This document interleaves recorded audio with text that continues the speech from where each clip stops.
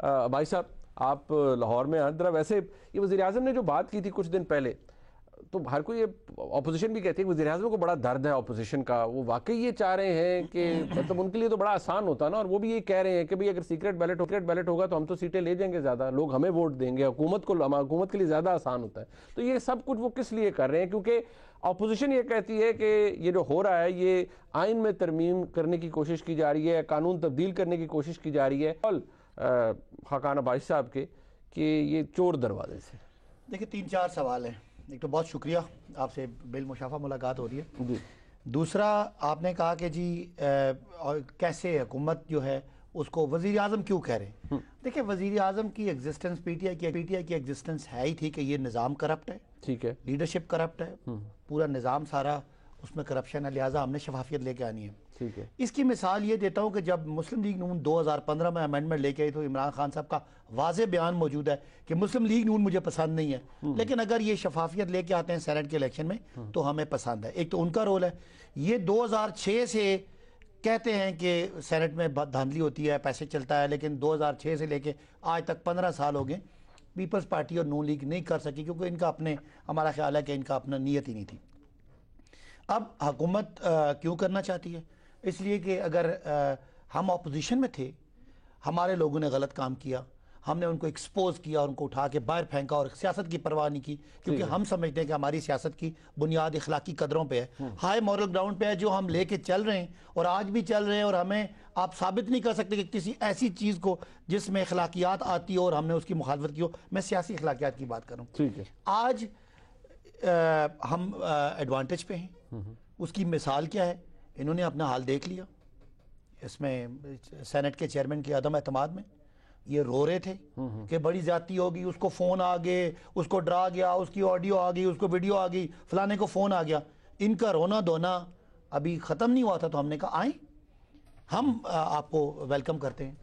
पर आपने ये बात कमजोर लॉजिक है। आपने ये भी नहीं कहा था कि ये जो हुई है ये 2 नंबरी हुई है सेनेट के अदम एतमाद, जब हंजरानी साहब के खिलाफ नाकाम हुई, तो आपको अगर ये भी कहते उस वक्त वज़ीर आज़म ने पता कहा था ये पूरी आपकी काबीना नहीं है, वज़ीर आज़म के बयानिए की जीत है। देखिए आज भी अगर कोई आदमी वोट देना चाहता है हमारे खिलाफ तो वो खुल के आ जाए ना, क्या मसला? हम तो नहीं कहते कि ना दे बयानिए की, हाँ कोई मसला नहीं।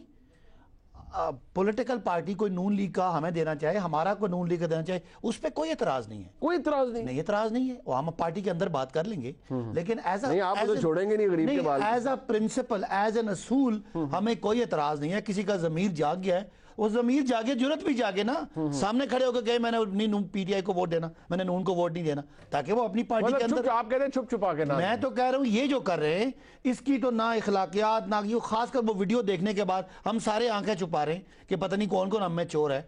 तो ये कहें कि अगर आपका ख्याल है कि जी लोग हमारे खिलाफ हो गए तो ठीक है, जो खिलाफ है सामने ये चले। हंजरानी साहब का तो एक मिसाल हो गई, मैं उनसे भी पूछता हूँ, लेकिन चौधरी सरवर साहब 2018 में बने, वो भी आपको पता है कैसे सेनेटर बने, वोट कितने थे आपके और मिले कितने? तो आप मेरी बात ही कर रहे हैं, दोनों बातों में मेरी बात को नहीं, मैं वही कह रहा हूं, आप लोगों ने उस वक्त ये क्यों नहीं कहा कि चौधरी सरवर साहब भी देखें 2 नंबरी हुई है, हम इनको ऐसे सेनेटर नहीं बना। 2 नंबरी ये आपकी अजम्पशन है, गलत अजम्पशन है। अच्छा, मैं कहता हूं चौधरी सरवर के इलेक्शन में पंजाब में वोट इसलिए नहीं बिकता कि पंजाब में 47 पे जाके MNAs MPs मिलके एक वोट, तो 47 MPA खरीदना मुमकिन नहीं है, जबकि KP में या उधर आपके 30-34 वोट थे ना। मैं कहना ये चाहता हूं कि इस पहली तो बात ये, वो कहां से आए वोट एक्स्ट्रा? 30-34 डलने से भाई साहब 46 का। पहले मैं KPK में तो आपको वीडियो मिल गई ना, ठीक है। पीपल्स पार्टी और नून के बयानात मिल गए।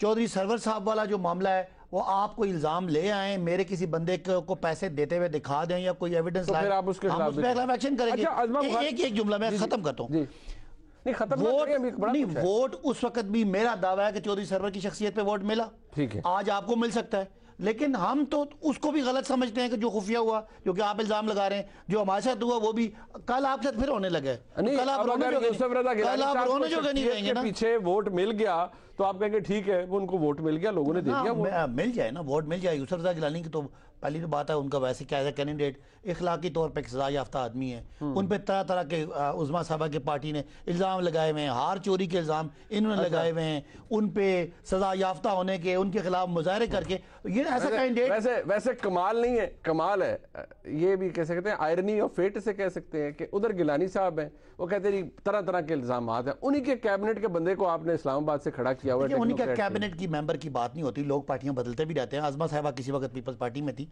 आज नून में, तो आज इनको मैं नून में देखूंगा। हफीज शेख साहब ने अगली केड़ी पार्टी ज्वाइन नहीं, मैं देखिए मैं क्या कहता हूँ, जो मैं क्या कह रहा हूँ, आज पीडीएम की बड़ी पार्टी है नून लीग, उन्होंने धक्के मार के यूसुफ रजा गिलानी को बाहर कहा, मुझे और आपको कहा करप्ट है, आज वो ठीक हो गए। आज ये बात आपको सरप्राइज क्यों करती है? कल परवेज इलाही साहब डाकू थे, आज आपके यहाँ स्पीकर है पंजाब असेंबली के, की करते हो? ये आपको सरप्राइज क्यों करती है बातें?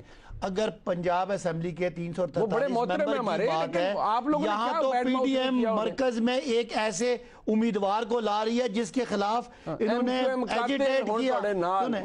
एजिटेट किया, उसके खिलाफ उनको फैसला कराने में इन्होंने फैसला करा के बाद रिकॉर्ड के ऊपर इमरान खान साहब इससे ज्यादा चीजें रिकॉर्ड के ऊपर रखते थे। अब आप क्या परवेज इलाही कॉन्विक्ट हैं, सजा याफ्ता हैं? ये क्या आर्गुमेंट है? आर्गुमेंट है ना, आप मैं कहता हूँ। अच्छा मेरी बात, पीडीएम जो है मेरी बात, वो क्वालिफिकेशन कितनी देर की थी? किसकी? गिलानी साहब की? चाहे 1 सेकंड की थी। नहीं, आप क्या वो मुजरिम डिक्लेयर हुए कि नहीं? हुजूर कानून तो पढ़े ना। कानून की मैं बात ही नहीं कर रहा। वो 2008 में कानून में वो एलिजिबल है, कानून में वो अहल है। आपकी मेरी अखलाकियात इजाजत देती है कि पॉलिटिकल पार्टी जो मुल्क में जमहूरियत की बात कर रही है, ऐसे आदमी को आगे लेके आ रही है जिसपे इन्होंने खुद खजाने से हार चोरी करने का इल्जाम लगाया। ठीक है, ऐसे आदमी जिसको खुद सजा इजाजत दे दे, आप कहते हैं अखलाकी तौर पर उनका कमजोर है ना, कमजोर है। वो इलेक्शन लड़ लें, लेकिन वो अखलाकी तौर पे लीडरशिप के अहल नहीं है जिनको इन्होंने खुद कल बुरा भला कहा। ठीक है अज़मा बुखारी साहबा, आपने सुन ली सारी बात। सबसे पहले तो चले ये गिलानी साहब की बात से शुरू कर लेते हैं। वो कहते नहीं उन पे इल्जामात हैं, क्योंकि बड़े तगड़े कैंडिडेट हैं वो पूरी पीडीएम के, और हफीज शेख साहब के मुकाबले में है। तो कहते जी उनका तो जवाब ही नहीं बनता, और उनके तो बदनी कागजात भी मंजूर होते हैं नहीं, उनकी शोहरत खराब है, और आप सब उन्हें सपोर्ट कर रहे हैं। और वाकई मुस्लिम लीग नून ने उनके साथ क्या क्या नहीं किया था उनके दौर में। बहुत शुक्रिया मुनीब। पहले तो मुझे सदाकत अली अब्बासी साहब की बात सुन के मैं बहुत ही किसी और जो है 7वें आसमान पे पहुंच गई। मेरे भाई ने आज बार बार इखलाकियात की बात, पीटीआई उसके मुंह से इखलाकियात, बड़ी अजीब सी बात है। अभी गवर्नर सरवर का जो इलेक्शन आप उनको याद करा रहे थे, इनका प्रॉब्लम पता क्या है? इनको वोट जो है वो दूसरों से ये जो है वोट चोरी कर ले, वो जायज है, वो सदाकत और अमानत की आखिरी दर्जे पर पहुंच जाते हैं। लेकिन अगर इनके खिलाफ कोई वोट दे दे वो बहुत बड़ा गुनाह हो जाता है, उसके ऊपर जो नहीं करना चाहिए। इनकी सियासी इखलाकियात मर गई थी उस वक्त जब इन्होंने गवर्नर सरवर को वोट दिलाए और इमरान खान ने जस्टिफाई किया कि हाँ ठीक है दूसरी पार्टियों के लोग वोट दे देते हैं, तो अब अगर इनकी पार्टी के लोग कहीं और वोट देना चाहते तो इनकी जान पे क्यों बनी हुई है? आज इनको एमपीएस एमएनए से मिलना याद आ रहा है। आज इनको अभी आप यूसुफ रजा गिलानी जो है हमारे साथ पीडीएम, हम एक इत्तेहाद में है, कोई इंतखाबी इत्तेहाद नहीं है जिसके अंदर हम इस हुकूमत के खिलाफ एक तहरीक चला रहे हैं, और उसमें हमारा बैठना गलत है। लेकिन जिनको आपने कातिल कहा, जिनके खिलाफ आप अदालतों में गए, जिनके खिलाफ आपने क्या क्या नहीं किया, उनके सिर के ऊपर आप हुकूमत रख के बैठे हैं। और वही जो डाकू था सबसे बड़ा, जिसके बारे में आप क्या क्या बयान करते थे, और अब भी कुछ दिन पहले तक भी जब ये अभी दोबारा जब हमने कहा कि सेनेट के इलेक्शन को जो है वो हम नहीं होने देंगे, करेंगे, ये जाके उनके दर के ऊपर हाजिरी दे के आए परवेज इलाही साहब के, और शुजा साहब से कहा मुझे परवेज इलाही समझे। यानी सियासी इखलाकियात उस पर एक जनाजा निकल जाता है जब परवेज इलाही को आप क्या क्या नाम देते रहे और उनकी कितनी कितनी तौहीन करते रहे। आज से जो है चूंकि वक्त आ गया तो अब शुजात साहब से कहा मुझे आप परवेज इलाही मान लें। और भाई ये बातें जो है ना, ये अगर ये इतने दूध के धुले होते ना, और अगर इनकी इतनी ही बात होती, आपसे एक स्टेटमेंट और भी है इमरान खान साहब का, उन्होंने कहा अपोजिशन पछताएगी। क्यों पछताएगी? आप वाकई ट्रांसपेरेंसी चाहते हैं तो ना पछताना चाहिए, अपोजिशन को पछताना चाहिए। कोर्ट में जाना अलिफ बे नहीं पता, वो हमें सरप्राइज। तो ये इससे आप अंदाजा लगाइए कि ये कितने क्लियर है अपनी कौम के साथ, और ये कितनी ट्रांसपेरेंसी चाहते हैं। अगर ये वाकई ट्रांसपेरेंसी चाहते होते ना तो चेयरमैन सेनेट की जो अदम के अंदर जो गंद किया था उस वक्त सियासी इखलाकियत का मुजाहरा करते। मेरे साथ ही हमारे में शायद साहब ने कितने ताने मारे थे हमें, आपके लोग चले गए, फलाना हो गया, और इनकी इतला के लिए गवर्नर सरवर के खिलाफ मैं इलेक्शन कमीशन गई थी, और मुझे इलेक्शन कमीशन ने एक दफा बुलाने के बाद उसके बाद बस रावी ने चेयर नहीं किया। ये है इस मुल्क की खासियत। और अब इसका प्रॉब्लम ये है, जब इससे महंगाई के बारे में, जब बेरोजगारी के बारे में, उसके बारे में बात करो तो कहते हैं हम एक पेज पे हैं। अब ये छुपते हैं फौज के पीछे। और अच्छा, जब इनको जो है अच्छा चले मैं अगर आपको पूछ पाऊं, ये बड़े कॉन्फिडेंट हैं अब्बासी साहब, अभी वैसे प्रोग्राम से पहले ही बात हो रहे थे, बड़े कंफर्टेबल हैं, कॉन्फिडेंट हैं, और ये इन्होंने बात भी ठीक की कि भाई हुकूमत को एक एडवांटेज होता है, वो हर एक को होता है, वो आप अगर हुकूमत में होंगे आपको भी होगा। बट नाउ शेख रशीद साहब कहते हैं कि जी इमरान खान का सितारा चमकने वाला है, 4 तारीख को 4 मार्च को उनका सितारा अरूज पर होगा और सेनेट का इंतखाब वो जीत चुके होंगे, मेजॉरिटी पीटीआई की होगी और शिकस्त फाश होगी आप लोगों के नसीब में। ऐसी सूरत हाल में पीडीएम का क्या मुस्तकबिल है? फारग हो जाएंगे आप? क्योंकि जो जिस चीज़ के ऊपर आप हिंज कर रहे हैं कि हम सेनेट में इकट्ठे लड़ रहे हैं पीडीएम के प्लेटफॉर्म से, तो हम इनकी इस्लामाबाद में भी गिलानी साहब इनके खिलाफ जीत जाएंगे, हफीज शेख साहब के खिलाफ, वो बहुत बड़ा अपसेट होगा। ये अगर इलेक्शन जीत गए सेनेट का, तो ये तो और ज्यादा ओवरवेलमिंग इनके पास ना सिर्फ मेजॉरिटी होगी बल्कि कमांड होगी आपको, तो ये ज्यादा इनकी माइट हो जाएगी political might in both the houses. नहीं, या तो मुझे ये बताइए, पहले इन्होंने कौमी असेंबली में अक्सरियत देके कौन से तीर मार लिए भाई? तो ये सेनेट में अक्सरियत देके तीर मार लेंगे? नलायक तो ये कल कौमी असेंबली की उसमें भी थे, सेनेट में भी नलायक ही रहेंगे, नाहल वहां पे थे, यहाँ पे भी रहेंगे। अब मुझे ये बताइए, क्या यूसुफ रजा गिलानी और हफीज शेख का कोई कंपैरिजन बनता है?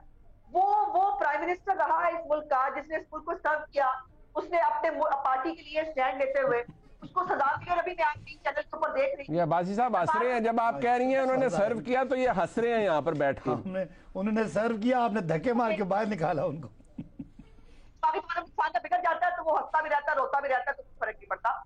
मेरी गुजारिश ये है कि वो अभी इफ्तिखार चौधरी साहब का मैं स्टेटमेंट आप ही के चैनल पे देख रही थी, उसमें उन्होंने कहा कि उनको सजा 5 साल की नाअहलियत की मिली थी, और नाअहलियत की सजा पूरी होने के बाद वो उम्मीदवार के तौर पर इलेक्शन में हिस्सा ले सकते हैं, कानूनी और आईनी तौर के ऊपर, ये आपको भी पता है।